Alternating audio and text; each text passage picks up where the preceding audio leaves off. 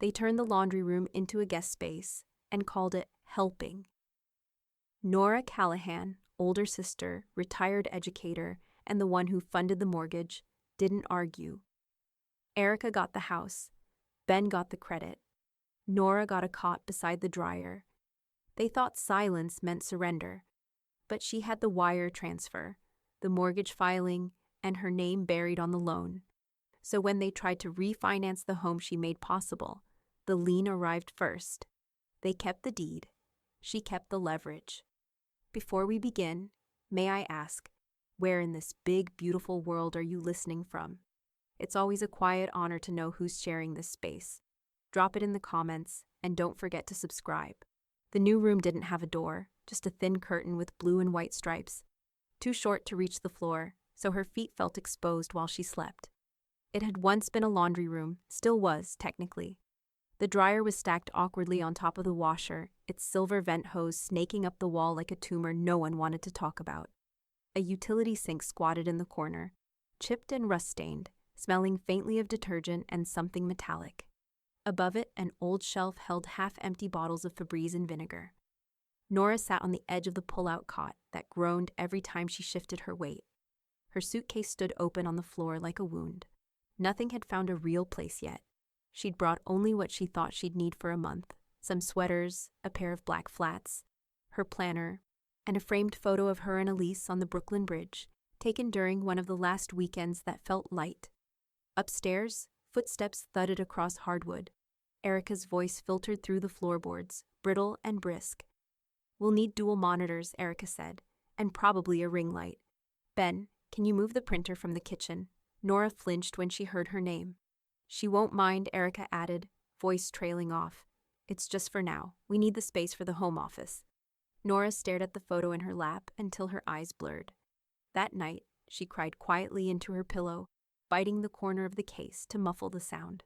The laundry machines kicked on around midnight, some delayed cycle, and their low mechanical churns felt almost cruel in their indifference. The next morning, she came upstairs with swollen eyes and a tight smile.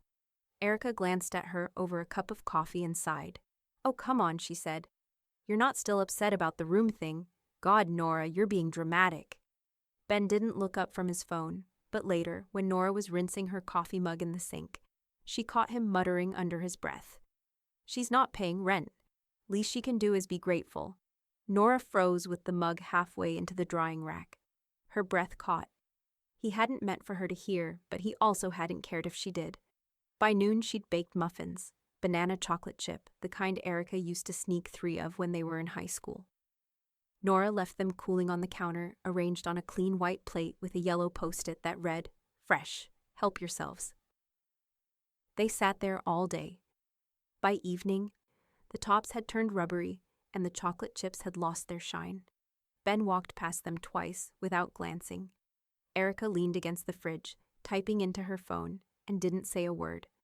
Nora wrapped them in foil and slid them into the fridge. She sat on the small back steps later that night. Hoodie pulled up, letting the October chill numb her fingers. Her phone buzzed once, a text from Elise. "How's it going over there? Need reinforcements?" Nora hesitated, then called.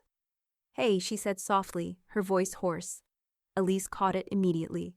"What happened?" Nora looked up at the stars, not many, but enough to remind her she was still on Earth. "I'm ready," she whispered. "Let's move the rest of the accounts. All of them." There was a pause on the other end. "You sure?" Nora's breath left her like smoke. "I should have done it a year ago." From inside the house, she heard Erica laughing. The door slammed. The sound carried through the bones of the house and settled in her spine. Elise's voice sharpened. "All right, then we do it clean. No warnings. No room for them to wriggle." Nora stared at her own hands. Small, pale, shaking. She clenched them into fists. "I don't want revenge," she said, her voice low. "I want them out of my head." But deep down, she already knew.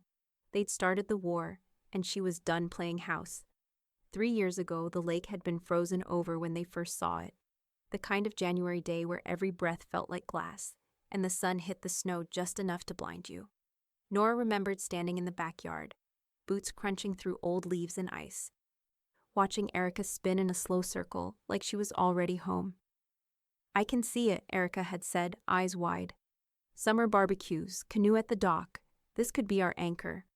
Ben had nodded, arms crossed, doing that thing where he looked like he was calculating risks, even when he wasn't saying much. The house had been out of their reach, new construction, 3 bedrooms, vaulted ceilings, lakefront.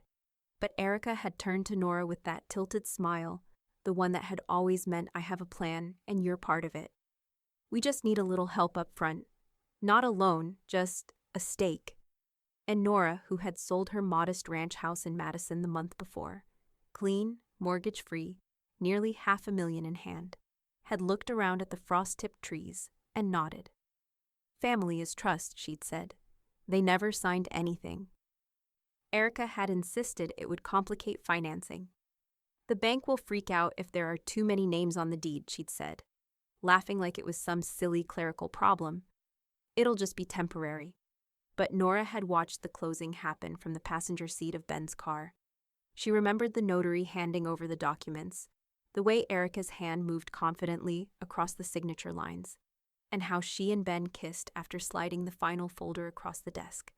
Nora's name was never on it. And that anchor? It had long since wrapped around her ankles. Now, in the dull light of the basement laundry room, Nora stared at her tablet, scrolling through old financial records. She hadn't looked at these in over a year, not closely. The transfer was still there. $150,000 wire to Erica Callahan. She clicked the file open. Breathing shallowly, her signature was still at the bottom. The N, a little too sharp from the morning she'd signed it in Elise's kitchen, jittery on her 3rd cup of coffee. A ping broke the silence. Elise. Got the last of the docs. You're clean on your end. Ready to flip the switch when you are. Nora typed slowly, deliberately. I gave. They took. But I still have more than they realize. Elise's reply was almost instant. Damn right you do. They think you're a mouse. But they're sitting in a house you bought. That's not a favor, that's leverage. Nora stared at the screen, fingers hovering above the keys. It was my last act of generosity. I just hadn't told them yet. She set the tablet down. In the silence, she could hear Ben's voice from the back patio, bleeding through the cracked kitchen window. He was on speakerphone, laughing too loud. Yeah, man, it's wild. I mean, we built this life from the ground up. No handouts, just grind. Discipline. You know how it is. The lie slid so easily off his tongue it made Nora's skin crawl. She moved quietly to the hallway and stood just out of sight, watching the edge of his silhouette through the glass door. Self-made, he said again, as he opened a bottle of beer with a keychain. That's the part I'm proudest of. Nora turned before she could listen to the rest. Back in the basement, she pulled open the storage bins where she kept her tax records. Paper was harder to delete. She sorted through them like old ghosts. Deeds, transfers, gift letters, the quiet architecture of sacrifice. She found the letter she'd written to the mortgage lender back then. The one stating the funds were a gift with no expectation of repayment. She held it in her hands like something holy and poisonous all at once. Then for the first time in years she smiled. Not out of happiness, but clarity. Nora hadn't spoken to Kurt in nearly 2 years, not since he left the firm. He'd moved to Minneapolis with his husband to raise twins and work fewer 80-hour weeks, but when she messaged him, he called back within the hour. His voice was familiar in a way that made her throat tighten. Hey, stranger.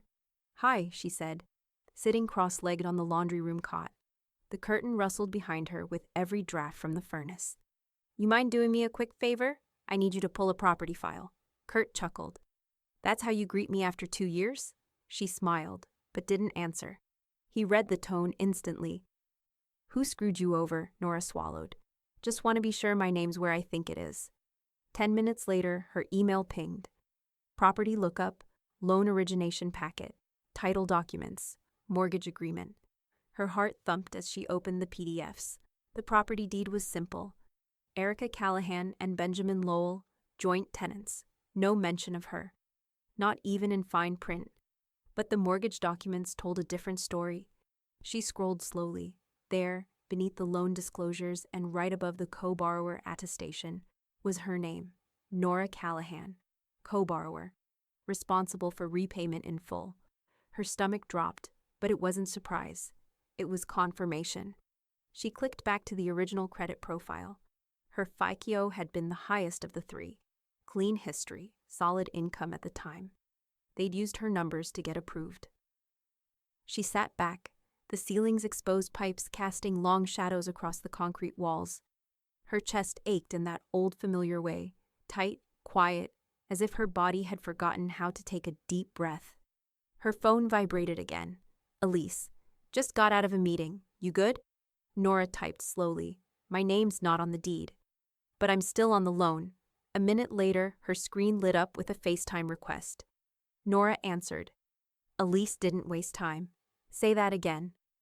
They used my credit to secure the mortgage, Nora said, voice flat. Then left me off the deed to simplify financing. I'm tied to the liability, but not the asset. Elise's face darkened. That's fraud adjacent. No, it's worse. It's calculated. Nora stood and paced between the washer and the wall. They wanted my name when it helped, not when it mattered. Elise nodded once. Then let's make it not matter anymore.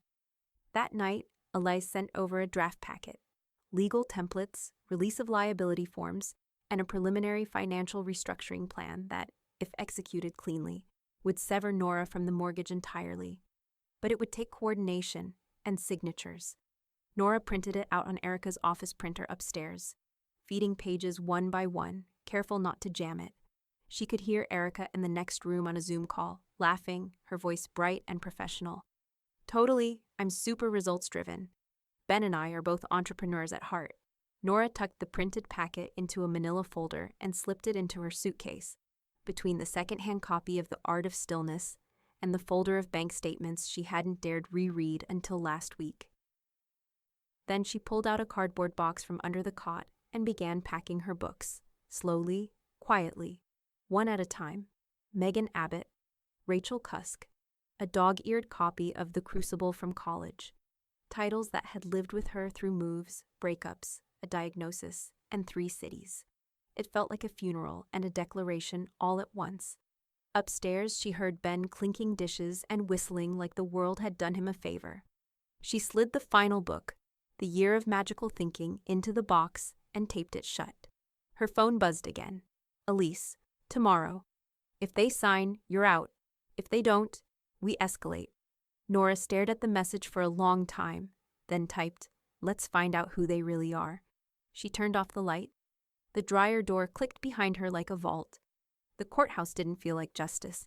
It felt like paper and air conditioning. And tired clerks who moved without looking up.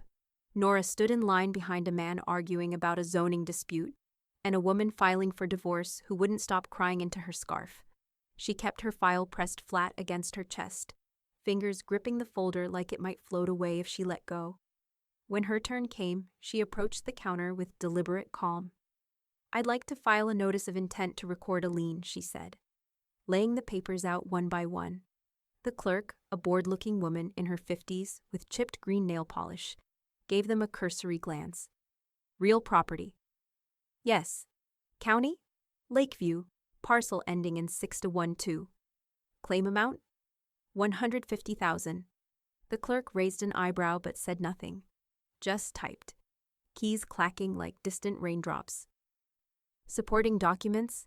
Nora slid over the notarized statement Elise had drawn up, the one that said carefully, precisely, that the money had been transferred under the understanding of shared equity, with no executed gift documentation, that it could now be reclassified as a recoverable personal debt under state law. It was real, legal, silent, and it would sit like a shadow over Erica and Ben's property title until it was paid, or until they sold. The woman stamped each page slowly. It'll be posted within 3 business days. You'll get a confirmation by mail. Nora nodded once. She didn't smile. That night, dinner was lemon chicken and silence. Erica set the table like it was a photo shoot. Cloth napkins folded into triangles, water glasses with lemon wedges, the good ceramic plates. Ben uncorked a bottle of white wine he couldn't pronounce and poured generously for himself. Nora sat with her hands folded in her lap, watching them move like actors on a stage. Erica laughed as she passed the salad bowl. "You're quiet tonight." Nora looked up slowly, just taking it all in. Erica winked. "She's finally adjusting." Ben smirked as he forked a piece of chicken. "Just needed a little tough love, that's all." Nora tilted her head. "I always preferred tough documents." The line landed like a stone in a still pond. Ben froze, mid-bite. Erica blinked. But Nora was already lifting her wine glass to her lips, the gesture smooth, casual, unreadable. Erica recovered first. "You're funny when you want to be." "I'm careful when I need to be," Nora said, her voice gentle, steady. They moved on. Talk shifted to an open house Ben had toured that afternoon. "Just browsing," he said, but Erica's eyes lit up like they always did when new square footage was in reach. Nora listened. Noted the way Erica said we'd have to sell first, and the way Ben corrected her a second later. "If we sell, market's crap right now." They didn't know yet, not about the lien, not about the legal weight quietly hanging over their deed, or how escrow would lock until it was resolved, how refinancing would red flag, how prospective buyers would run. They still thought she was quiet because she was small, not because she'd chosen silence as a blade. Later, in the basement, Nora sat on the cot, back against the wall, listening to the muffled sounds of Ben watching YouTube upstairs. Car engine revs, a podcast about hustle culture. The house's plumbing moaned faintly as Erica brushed her teeth. Nora opened her laptop. An email from Elise was waiting, lien filed and time-stamped. Paper trail clean. They won't know until they try to move. She typed back, "Excellent. Let them plan their next big move. The house won't follow." As she hit send, a new email dropped into her inbox, from Kurt Hansen. Subject: Found something interesting in the origination records. Nora sat up straighter, heartbeat shifting pace. She clicked and froze. It wasn't just her name on the co-borrower line. It was something else, something buried in the disclosure packet Kurt had scanned. A secondary financial guarantee, not hers, their parents'. A quiet breath left her lips, half disbelief, half satisfaction. "Well," she whispered to no one, "this just got interesting." They knew the moment the letter hit their mailbox. The lien notice came in a plain envelope, certified. Nora watched from the kitchen window as Erica stood at the curb in her yoga pants and pink puffer vest, flipping through mail like it was junk. Then her fingers froze. She opened it right there on the driveway. Her face changed in slow motion, confusion, then disbelief, then heat. Dinner that night was chilly, sour cream and a little ramekin, cornbread still steaming. Nora had made it from scratch, knowing full well it wouldn't get eaten. Erica stormed into the kitchen, paper in hand, eyes wild. "How could you do this?" she snapped. Nora looked up from the table, calm, still, unflinching. "I didn't," she said. "My lawyer did. I just gave her the truth." Ben came in next, red-faced, veins bulging in his neck. He tossed his phone onto the table, hard. The screen lit up with an email notification. Subject: Lien flag. Refinance application delayed. "You're going to ruin our refinance," he growled. Nora stood up slowly, walked to the kitchen, poured herself water from the pitcher like they weren't both vibrating with rage behind her. "You'll need to subtract my generosity first," she said, voice light. Erica slammed the notice on the counter. "You lied to us." "No," Nora said, finally turning around. "You lied to yourselves. You thought calling it a gift would make it true, but you never asked what it cost me." Ben scoffed. "Cost you? You lived here for free." Nora's jaw flexed. "Free?" she repeated, her voice so soft it cut. "You used my name, my credit, my money. You built a life on a foundation I poured. And now you want to decorate the house without paying for the land." Erica's hands were shaking. "You said family is trust. And you cashed that in," Nora said. "Every last cent." The silence that followed was vast and terrible. The chili steamed between them, untouched. The cornbread began to cool. Ben broke first. "So that's it? You're going to screw us because you feel left out?" Nora stepped forward, placing her glass down with quiet finality. "I'm not screwing anyone. I'm reclaiming what's mine." Then she walked out of the kitchen. No one followed. She moved out that night. The cardboard box of books went in first, then the suitcase, then the manila folder labeled documents, Do not touch. She left the muffins behind, still wrapped in foil, the lemon ones. At the front door, she paused. Neither of them came to stop her. Erica stood stiff at the sink, staring out the window. Ben paced in the den, phone in hand, whispering to someone Nora didn't care to guess. Mortgage broker, lawyer, their mother. Nora opened the door, stepped into the cold October air, and didn't look back. Delia was waiting on the steps of the Adult Education Center with a thermos of peppermint tea. "You made it," she said, standing up. Nora exhaled as she set the suitcase down. "I did." Delia opened the door and motioned her inside. The building still smelled like old books and lavender floor cleaner, a soft hum of fluorescent lights overhead. Nora followed her past the front desk, through the multi-purpose room, up the narrow staircase to the converted attic office. "We saved you a room upstairs," Delia said, opening the door to a small, tidy studio with slanted ceilings and a skylight. A twin bed, a desk, a lamp already on. It wasn't much, but it was hers. Nora stepped inside and closed the door. Her phone buzzed in her coat pocket. "Elise, they're calling around. Someone's lawyered up. You ready for next steps?" Nora texted back. "Always was. Let's go deeper." She turned off her phone, pulled the curtain shut, and sat on the edge of the bed. No noise, no thudding footsteps, no printer jam. Just her heartbeat, steady now. Outside, the first flakes of snow had started to fall. The envelope was thick this time. Certified. Embossed letterhead.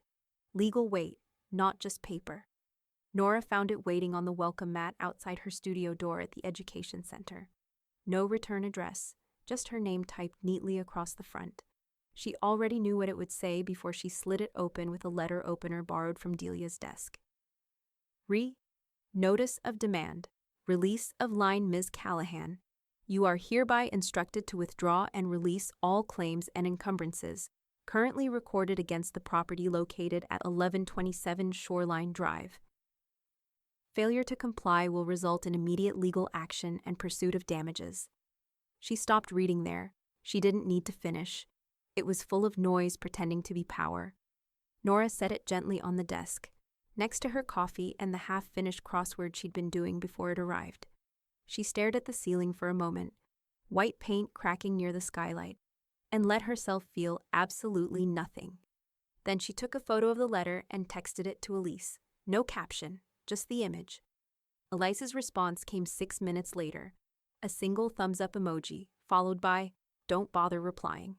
I already have." That afternoon, the digital counterattack began. Elise sent her copies of what she'd filed in response. 3 attachments, each devastating in its simplicity. Scanned bank checks showing $150,000 in Nora's handwriting, dated 3 days before the closing. Transfer logs proving the funds originated solely from Nora's personal account. Witness affidavits, signed by Delia and Kurt, confirming they'd both been present when Nora had declared the transfer a temporary equity contribution, not a gift. Then a 4th attachment appeared, a notarized statement from Kurt himself. To whom it may concern, at the time of property purchase, Ms. Nora Callahan explicitly identified the funds as structured equity participation. No documentation of gift intention was ever produced. The term gift was introduced only post-closing for expedience in financing. Kurt Hansen, CPA, former senior associate, Mather & Doyle. Elise's next text was clipped, almost playful. They wanted to play legal, we play ledger. 2 days later, Erica went online. The video was shaky, lit by soft ring light glow and wineglass sparkle. She spoke directly to the camera, hair styled, eyes rimmed red. "My sister filed a lien against our home," she said, voice trembling. "Family shouldn't do this to family, after everything we've done for her." Nora watched it once, then again, silently. By the 3rd viewing, the comments had already turned. "Wait, didn't she pay for your house? So, you used her credit score. This ain't betrayal, it's consequences." Sounds like sis finally learned accounting. Within an hour, Erica turned off the comments. By morning, the video was gone. Cam, the quiet paralegal Elise used for filings, sent Nora a final update the following evening. Lien status, updated. accrued interest applied at 6% APR, compounding annually. Beneath it, a simple note. They'll feel this every day they keep pretending it isn't real. Nora smiled faintly. It wasn't joy. It was recognition. She opened her laptop and drafted an email. Not to lawyers, not to Elise, to Erica. Subject: none. Body: you taught me not to assume I had a place. No greeting, no sign-off. Just the truth, sharpened to one line. She hit send, then closed the laptop and sat back, the old attic creaking softly above her.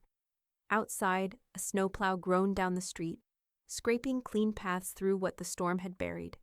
The education center's heater clicked on, steady, warm, reliable. Her own space, her own roof, her own silence. And downstairs, Delia laughed with one of the night students, a sound bright enough to reach her. Nora reached for her tea, now lukewarm, and whispered to the empty room, "That's the thing about cold dinners. Eventually, they stop burning." But her phone vibrated again. A text from an unknown number. "You think this is over?" Nora stared at it, unreadable, then typed back 3 words. "It's just beginning." The newsletter came off the printer warm and glossy. Delia handed the first copy to Nora with a grin. "Thought you should see it in print before it hits inboxes." Nora accepted it with both hands. The cover photo showed a group of volunteers standing beneath the red banner outside the education center. She was near the edge, half-shadowed, her arm around a student named Hector, who'd just passed his GED. Her hair was wind-tangled. She hadn't meant to be in the photo at all. Inside, on page 3, beneath the section titled New Faces, Strong Roots, her name appeared in bold. Nora Callahan, Program Development and Grant Coordinator, longtime educator, founder-level donor, and community advocate. Nora joins our permanent team this fall, bringing deep experience in nonprofit education, financial planning, and regional partnership development. She read it twice. The words felt strange and steady, like walking on dry land after being at sea too long. She didn't cry, not because it didn't mean something, but because it finally did. Later that week, Erica tried to rewrite the story. It started with a comment under the newsletter post on the center's Facebook page. "So glad to see the center thriving. My sister and I helped launch the original vision years ago. Happy to see it grow."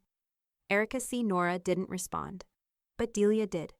"Hi, Erica. We're proud of our current team and generous early donors." As the founding grant recipient, Nora's impact was, and remains, essential. Just to clarify for our readers, no other names appear on our founding documentation or financial records. The comment was pinned. Erica didn't reply again. On a gray Thursday morning, Ben walked into a credit union to apply for a HELOC. The house needed repairs, he said. They were liquidity poor, but asset rich, he joked. The loan officer smiled until she ran the title report. Then she frowned. "Sir, there's a lien on the property," she said. "You're not eligible until it's cleared." Ben shifted in his seat. "It's a misunderstanding. My sister-in-law—" The woman didn't blink. "It's public record." He left without the paperwork. And for the first time, the house felt smaller when he returned to it.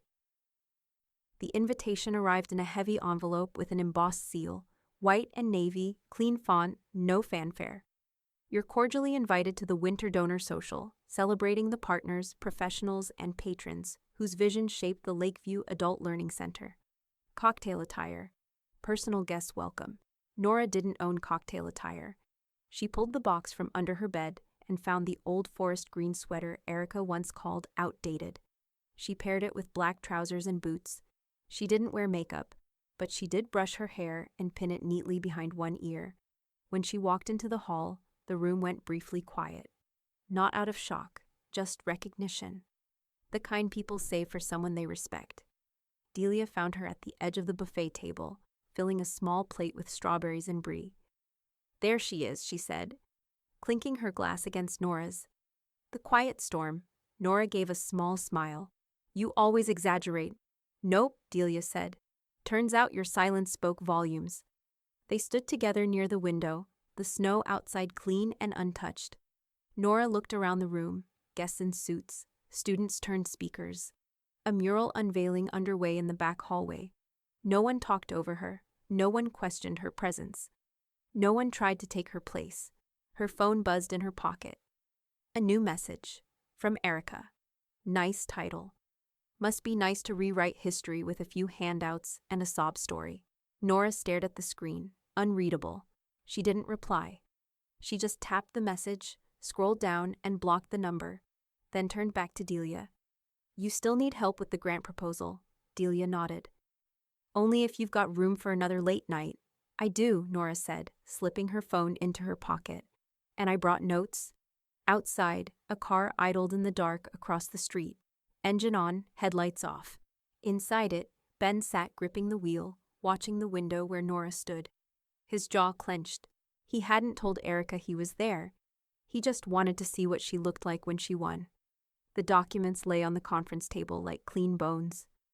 Nora ran her fingers lightly along the edge of the leather folio, its tabs labeled in neat color-coded sections. Beneficiaries, assets, medical directive, letter of intent. Everything with a place, everything locked in. Elise sat across from her, sleeves rolled up, glasses low on her nose. This is the last draft. Once you sign, it's legally enforceable. Nora didn't hesitate. Good. The fluorescent lights buzzed faintly overhead. The room smelled like lemon disinfectant and printer toner. Outside, wind rattled the window pane, brushing dry leaves across the sidewalk in small gusts. Elise slid the summary page toward her. Your entire estate, financial, digital, physical, is now assigned to the Lakeview Adult Learning Trust. It'll funnel through to the center in perpetuity. They'll never need to beg for grants again. Nora nodded. And the personal items, heirlooms, jewelry, the old teaching journals. Nora tapped a list she'd typed up by hand. I want those given to specific people. Lauren gets the quilt. Hector gets the laptop. Delia gets the first edition Baldwin. Elise flipped through. Neighbors, students, colleagues, no family. One note, Nora said. Under what would have been Erica's name, she pointed to the page. Elise read the line aloud. Removed from designation. No longer aligned with legacy values. She looked up. That's brutal. That's accurate. Nora signed on the final line, the pen gliding with quiet finality. For the first time in her adult life, everything had her name on it, and only hers. She didn't hear Ben come in until she turned to grab her coat. He was standing in the doorway of the community legal office, arms crossed, eyes sharp with something between outrage and desperation. You think this fixes you, he said. Nora paused, still facing the coat rack. No, you're just burning every bridge. I didn't burn anything, she said, slipping her arms into the sleeves. I just stopped patching things that were already ash. Ben stepped forward, voice lower now. This will haunt you. She turned to him, calm, final. I've lived haunted, she said. You live entitled. They stared at each other in the long, soundless hallway. Just past the glass door, Delia was stacking boxes of donated books with 2 students. None of them looked over. Nora had warned the staff not to intervene if he showed up. Ben broke first, like always. You think people don't see what you're doing? I think they're finally seeing what you did, he sneered. Keep the center. Keep your name in a newsletter. That doesn't make you a hero. I'm not here to be a hero, Nora said. I'm here to be free. And she walked past him, the trust documents zipped into her bag, her boots echoing off the tile with each steady step. Outside, the wind had picked up. It wasn't snowing yet, but the air carried that edge, the one that said something was coming. Nora walked down the block, the trust folder pressed tight to her side. Leaves scraped across the sidewalk like applause too late to change anything. Her phone buzzed. A message from Delia. You good? She texted back. Better than good. I'm clean. The screen went dark in her hand, and for the first time, the silence in her chest wasn't empty. It was earned. It was a Friday morning, just before noon. The center was quiet. Between classes, most of the regulars off-site.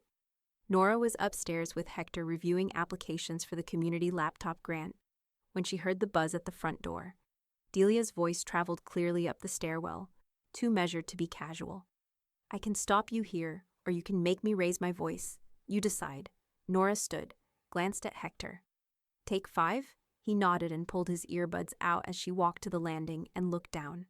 Erica stood just inside the glass entryway, arms crossed, lips pale. Her parka hung open, scarf half knotted like she'd thrown it on in a hurry.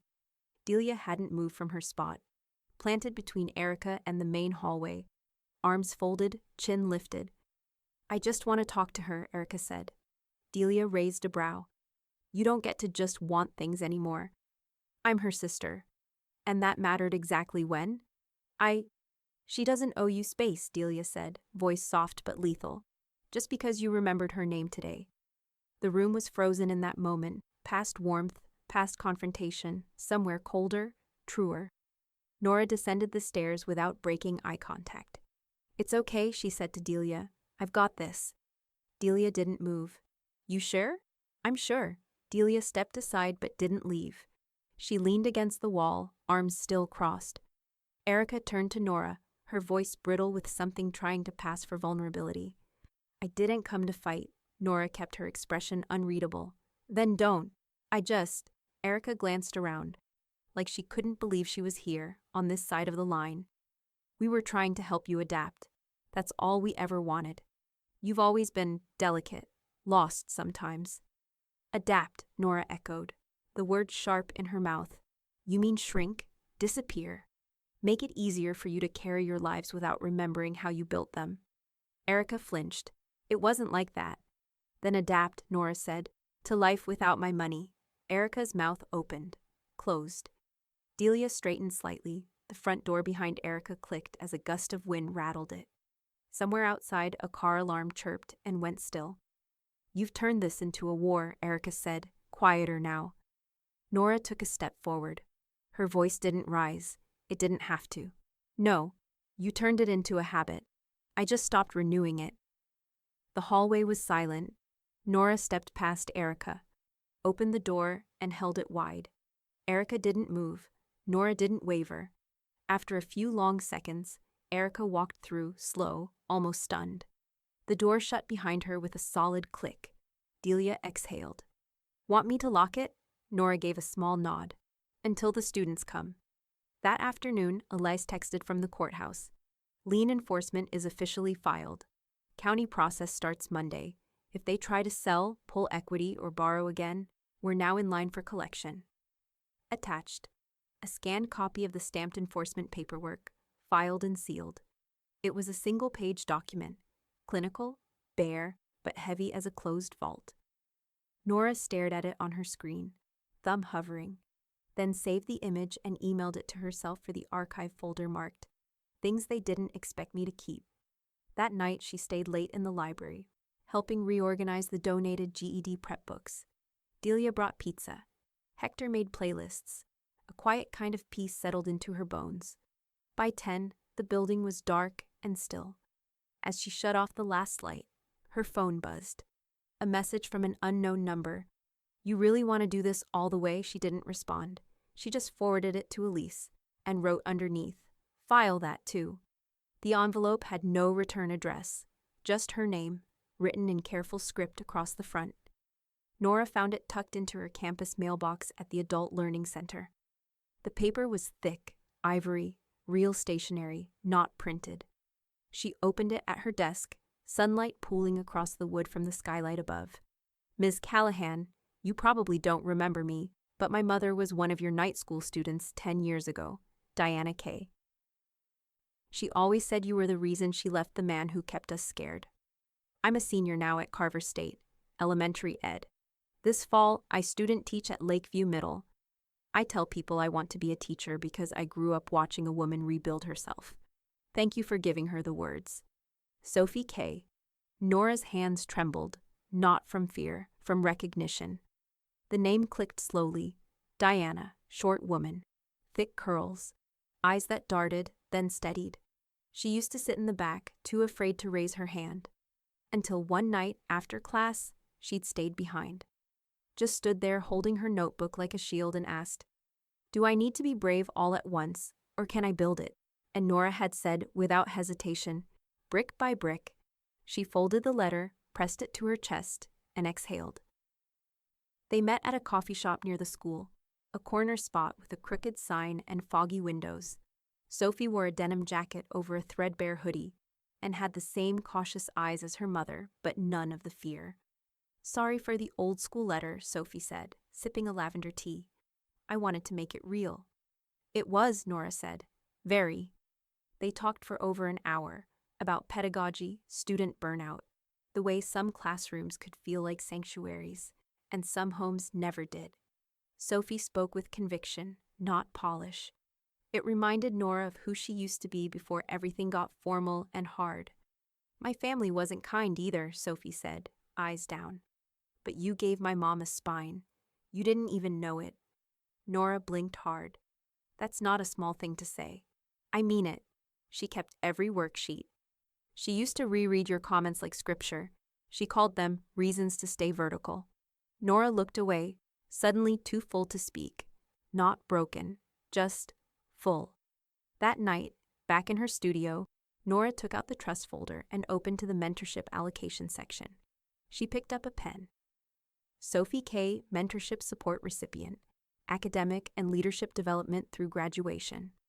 She added a note in the margin, in honor of Diana. Brick by brick.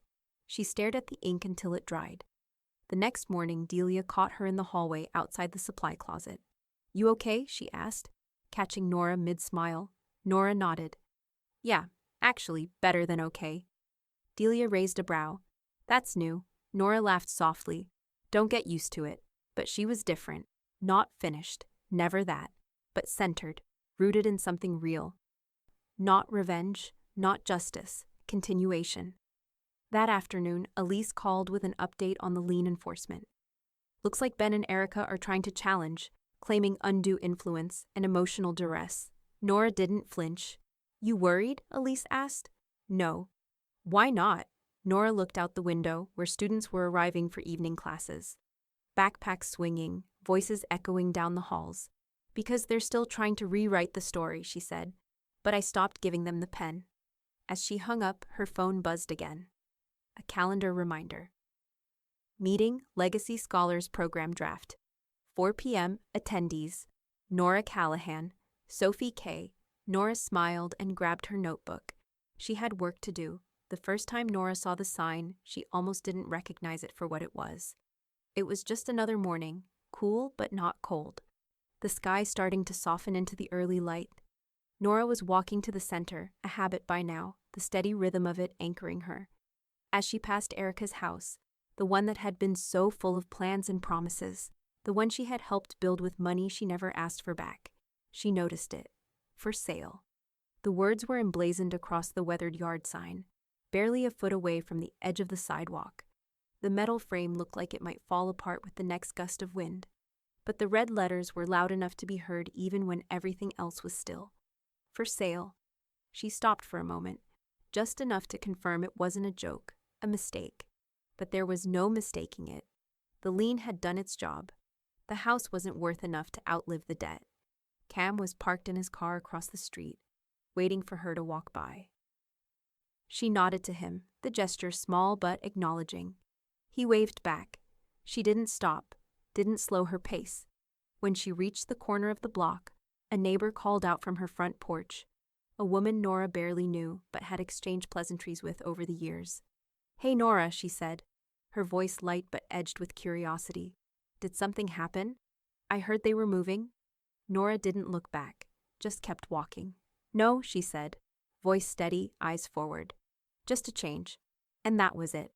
No details, no explanation. Just the simple truth, one that felt like it had been whispered across years, across mistakes.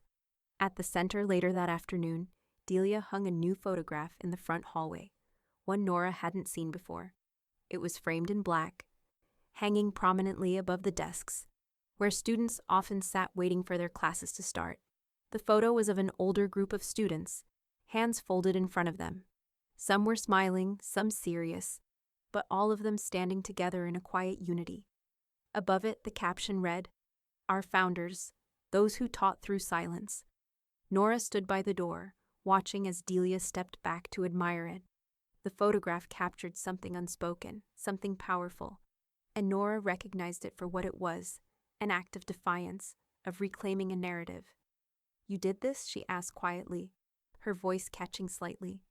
Delia shrugged, looking up at the photo with a half smile. Figured we could use a little reminder. Not everything needs to be said out loud. Some things, some people, work best in silence.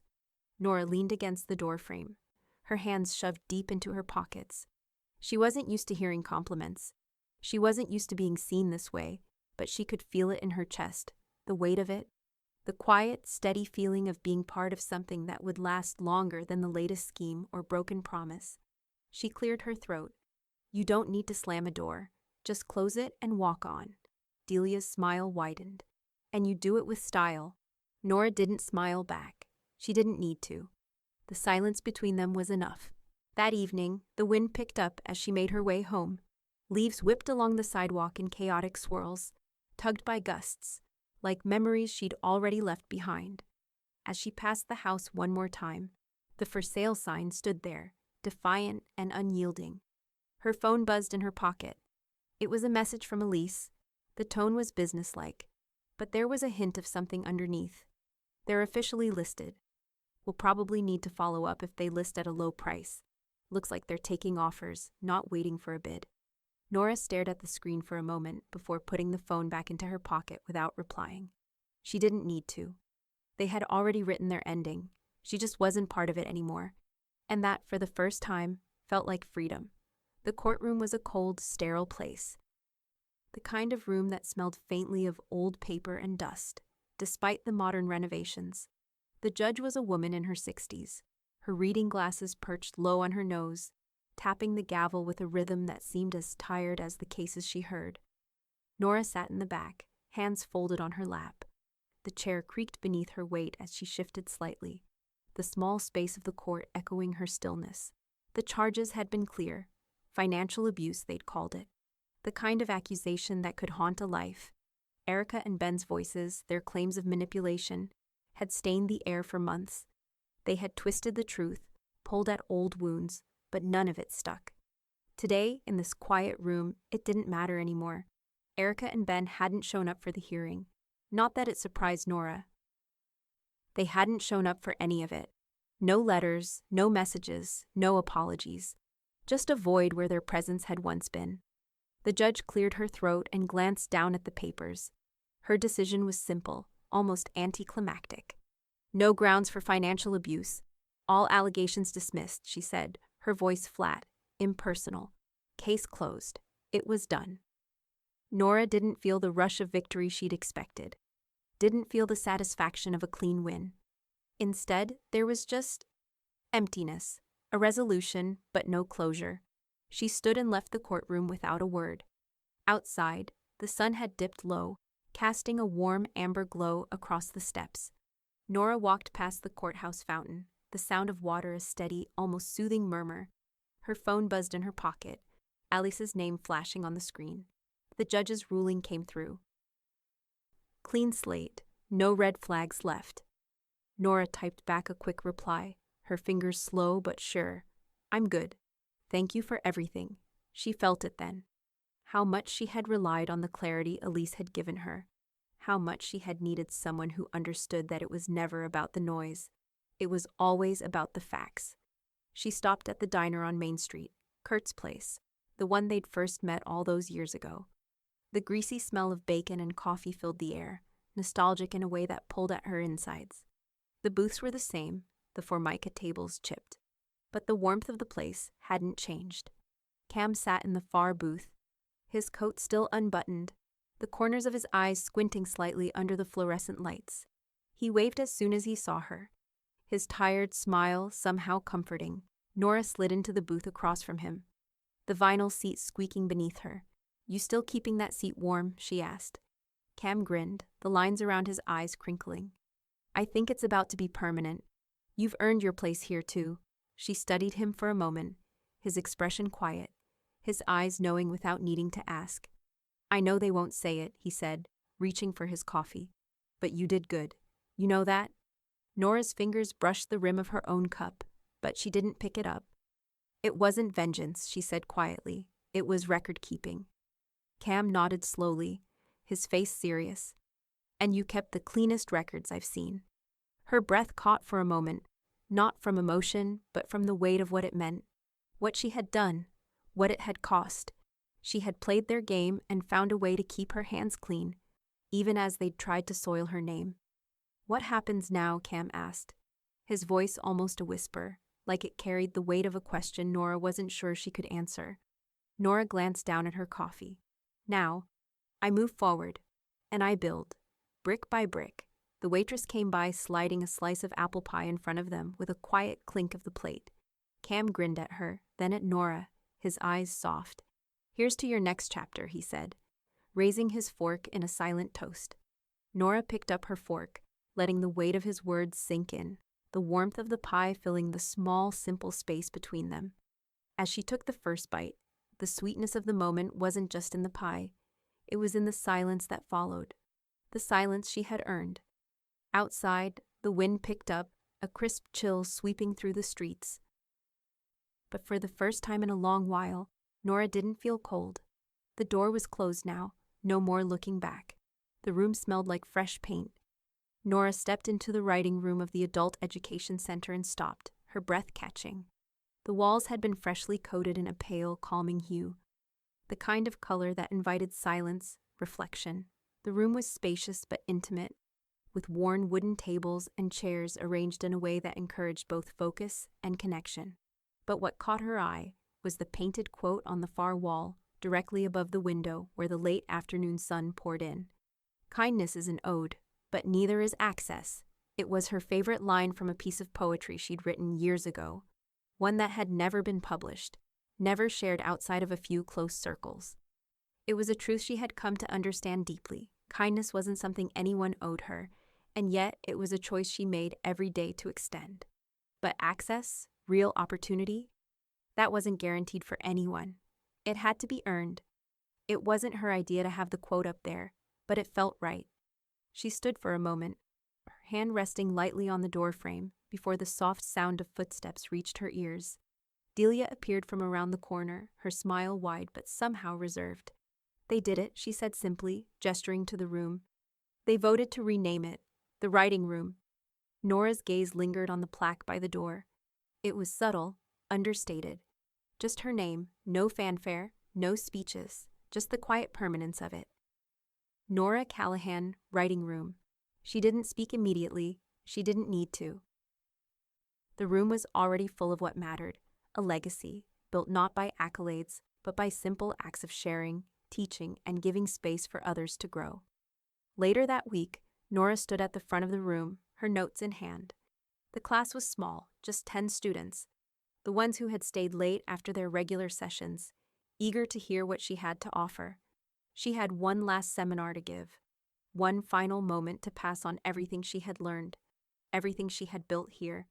The seminar was on poetry, not about technicality or style, but about truth, the kind of truth that could fill the empty spaces in your chest when you thought there was nothing left to say. She handed out her notes, a mix of her favorite exercises, her thoughts on poetic structure, and her most cherished lessons. As she moved through the class, her voice steady, she didn't need to look around to know the students were listening with intent. She'd built something here, not just with the center, but with every student who had trusted her words, her lessons. It wasn't just about writing, it was about finding the voice that was always there, waiting to be heard. By the end of the seminar, Nora felt a familiar stillness inside her, the kind she had learned to live with, the kind that felt like home. She glanced at the young woman sitting in the front row, Sophie Kay, the student she had mentored, now nearing graduation. Sophie had grown in the years Nora had known her, a quiet confidence radiating from her as she prepared to take over the program next fall. Sophie stood as the class wrapped up, collecting her things with a purposeful slowness. "Thank you, Miss Callahan," she said softly, a hint of respect in her voice. "I'll make sure it's in good hands." Nora smiled. "It already is." Later that afternoon, Nora stepped into the office, where the donor board meeting was wrapping up. She hadn't planned on staying, but there was a small part of her that still wanted to witness this final act, her name in bold at the top of the list. Delia handed her the program. "For the record," she said with a smile, "the Foundation's donor board is officially listing you." Nora scanned the names, local patrons, past and present, all etched into the history of this place. And then there it was. Her name, clear and strong. It wasn't just a name anymore. It was part of the institution, part of the center's fabric, even if it never needed to be acknowledged in speeches or grand gestures. Nora Callahan, founding contributor and legacy supporter. No plaque, no ceremony, just a quiet, undeniable truth. This place would be different because of her, not because of anything she had sought out, but because she had given without the expectation of return. She put the program down and stood by the window, looking out over the street below, watching the students arrive for evening classes, their faces bright with anticipation. It was a long way from where she had started, a long way from the woman who had walked into this world unsure, unnoticed. "You did good," Delia said, her voice coming from behind. No need for anyone else to say it. Nora turned, offering a small, tired smile. "I know." The door to the center opened, and the students filtered in, carrying with them the future, silent, steady, and sure. Nora stepped into the flow of them, no longer at the front, no longer in the spotlight, just a part of the rhythm, the quiet heart of this place. The grocery store was quieter than usual, the low hum of the fluorescent lights buzzing above as Nora moved between the aisles, picking up items with a practiced ease. The cart rolled silently under her steady hands, the wheels creaking ever so slightly as she passed the canned goods, the produce, the dairy section. She didn't need much, just the basics for the week: coffee, eggs, bread. The kind of staples that grounded her, the same routine she'd followed for years. But today felt different somehow.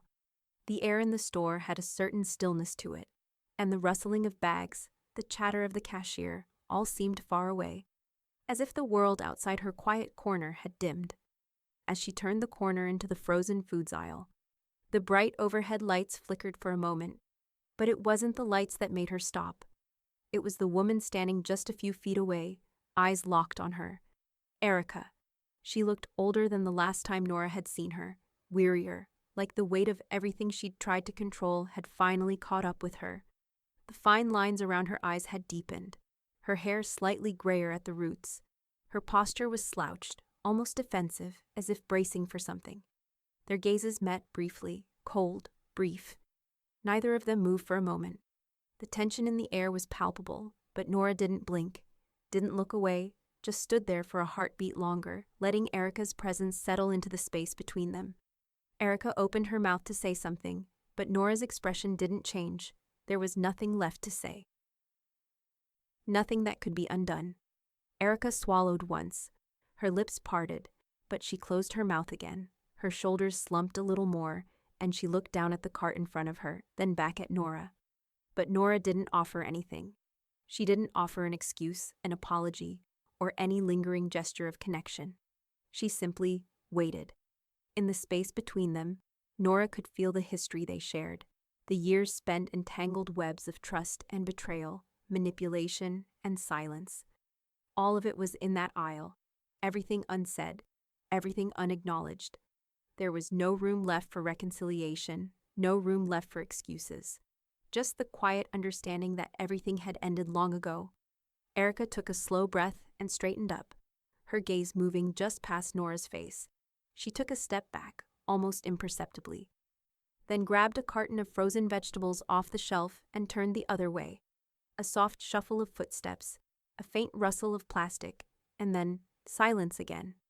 Nora stood still for a moment longer. She didn't need to watch Erica walk away. She knew what that was, the final act in a long, drawn-out play, where no one was watching and no one was left to applaud. She finished her shopping without another glance, taking her time to choose the right bread, the right coffee beans. There was no hurry, no lingering thought of what could have been. When she reached the checkout, the cashier smiled at her with the kind of warmth only a stranger could offer. Nora smiled back, a small, genuine curve of the lips. Later that evening, her phone buzzed, pulling her from the calm space she had carefully cultivated in her apartment. It was a message from Cam. They closed on a downsized place across town. Nora leaned back in her chair, reading the words twice, then letting them settle. It wasn't surprise. She hadn't expected them to stay in the house. She hadn't expected anything from them anymore. The life they had built, the one she had helped fund, had come to its end. Their future was already written, one where she wasn't a part. She typed back with a steady hand, "May it be enough, I was." She set the phone down beside her and walked to the small table by the window. The evening sky was darkening outside, the last hues of purple and orange fading over the horizon. The world was quieter now, simpler. Sitting at the table, Nora opened her journal. She'd kept it for years, pages filled with thoughts, with drafts of poems, and the occasional entry about things she couldn't say aloud. She picked up her pen and wrote one last entry. Journal entry. The final thought: I don't need their approval. I don't need their apology. What they didn't give me, I've given to myself. Silence isn't absence, it's a choice. And I chose to be here, in this quiet. In this space I built. I've written my own ending, and it's mine alone. She set the pen down, the ink settling into the page with a finality that matched the peaceful weight in her chest. The wind howled faintly outside, the leaves swirling like memories around the base of the building. Nora closed the journal, locking it with the quiet ease of someone who had nothing left to prove. For the first time, there was nothing left but the life she had built. And it was enough. The check was simple, understated, just a figure, a signature, a transfer. But the weight it carried was something else entirely. Nora sat at the kitchen table, the check resting on the dark wood, untouched for a moment longer than necessary. She had drafted it weeks ago, but today, in the quiet of the late morning, she finally made it real. It was the final donation, her contribution toward the expansion of the Adult Education Center, the last of her savings, the last of the resources that had built the place she had once quietly shaped with her own hands. There would be no ceremony, no grand announcements. She hadn't even signed her name in bold. Instead, it was small, humble, just as she had lived. The check would fund classrooms, new spaces, a library. The legacy wasn't in the plaque. It wasn't in the walls of the building. It was in the ongoing work, the small moments of transformation that would continue long after she was gone. Her phone buzzed on the table, but she didn't pick it up. She had no interest in answers, only in giving what she could and stepping away. She had done enough. A week later, the small apartment above the used bookstore felt like a breath of fresh air. It was modest, barely larger than the room she had spent months in while Erica and Ben adjusted her space. But it was hers. She'd chosen the place for its quiet, an attic apartment that overlooked the back of the bookstore, its windows creaking open with a view of the street below. The apartment was sparsely furnished, just a bed, a small table, a chair that had seen better days, but the bookshelves. They were a different story. She had made the bookshelves herself, from old crates stacked in a way that was meant to mimic the organized chaos she had once kept in her own home. The titles were an odd collection, but they had a history. The books her daughter had once called clutter, the ones she had kept after the divorce, the ones she had never let go of, even when the idea of a fresh start seemed impossible. She arranged them carefully, savoring the way the spines caught the light, the weight of each one in her hands as she placed them on the shelves. Some were worn, some marked with coffee stains and pages dog-eared from years of being loved. Others had never been read, their pages still crisp with the hope that someone would find them someday. She could almost hear her daughter's voice now, still mocking the piles, still calling them clutter. But Nora knew better. These were her stories, her moments, and they would live here, in this small, quiet room. They were everything she had lived, and everything she would leave behind. The center had flourished in ways she hadn't imagined. The walls were lined with her favorite quotes, chosen by students, by staff, and by the administration. Each hallway echoed with something Nora had always believed. Kindness is an ode, but neither is access. You teach people how to treat you. There is no silence greater than the sound of someone waiting for a chance. The students walked these halls now, young faces eager to learn, older faces eager to begin again. They were the ones who filled the seats she once sat in, the ones who now carried the torch forward. She had not needed a plaque. She had not needed a podium. The work, the words, the quiet contribution, those were enough. And she found herself baking again. This time, The muffins sat on the center's counter, stacked neatly, surrounded by the fresh fruit. No one had asked her to. It wasn't part of her official duties. But they were there anyway. Banana walnut, apple cinnamon. She'd gotten into the habit of baking for the staff, the students who worked late, and the new teacher who had just started in the writing room she had helped create. She didn't need to hear thank you anymore. She didn't need anything but the act itself, the quiet satisfaction of giving. One afternoon, Nora walked to the lake, something she hadn't done in months, since the days had gotten shorter and the air colder. It was November, the air sharp against her skin, but the lake was still, its surface was smooth, almost glass-like, reflecting the gray sky above. She walked along the shore, her boots crunching softly over the leaves that had started to fall. She paused for a moment, standing by the water's edge, her hands in her pockets. The quiet was profound here, just the sound of wind rustling through the trees, the faint calls of birds hidden among the branches. It wasn't quite a goodbye, but it wasn't a beginning either. It was something in between. That night, after the sun had set, Nora sat in her small apartment, her journal open in front of her. She had written so much over the years, but tonight was different. Tonight she had no questions left, no doubts, no struggles. There was only peace. Her pen hovered over the page for a moment, and then she wrote, "They called me dramatic for crying when they moved me into that small guest room. They called me cruel when they learned it was my last act of generosity. They never understood that it was never about the house. It was always about the people who found a place to stand in it. And now I'm standing on my own." She closed the journal and set the pen down. The quiet in the room felt like the last piece of the puzzle. And for the first time in years, Nora let herself breathe deeply, fully, without hesitation. There would be no more waiting. There would be no more trying to fit into a place that had never truly belonged to her. This was her life now, and it was enough.